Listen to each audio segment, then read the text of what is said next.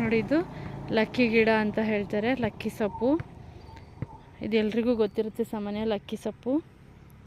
ಇದನ್ನು ಏನಕ್ಕೆ ಯೂಸ್ ಮಾಡ್ತಾರೆ ಅಂತಂದರೆ ಪೂಜೆ ಮಾಡೋಕ್ಕೆ. ಈ ಥರ ಕುಡಿನ ಈ ನಮ್ಮ ಕಡೆ ಕೂಡಿಗೆಲೆಲ್ಲ ಯೂಸ್ ಮಾಡ್ತಾರೆ, ಕುಡಿನ ಪೂಜೆಗೆ ಅಂತ.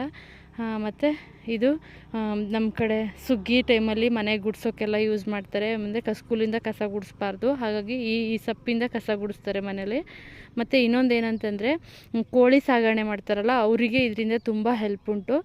ಈ ಸೊಪ್ಪು ಇರುತ್ತಲ್ಲ, ಇದನ್ನು ಕೆಂಡ ಮಾಡಿಬಿಟ್ಟು ಈ ಸೊಪ್ಪನ್ನ ಎಲೆಗಳನ್ನ ಕೆಂಡದ ಮೇಲೆ ಹಾಕಿ ಮನೆ ತುಂಬ ಹೊಗೆ ಹಾಕಿದರೆ ಕೋಳಿದು ಏನು ಬರುತ್ತಲ್ವ, ಅದು ಏನಂತಾರಲ್ಲ ಹುಳ, ಕೋಳಿ ಹುಳ, ಅದು ಬರಲ್ಲ.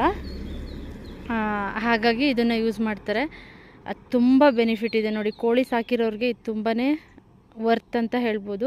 ಕೋಳಿ ಹೆಣ್ಣು ಸ್ವಲ್ಪನೂ ಬರಲ್ಲ.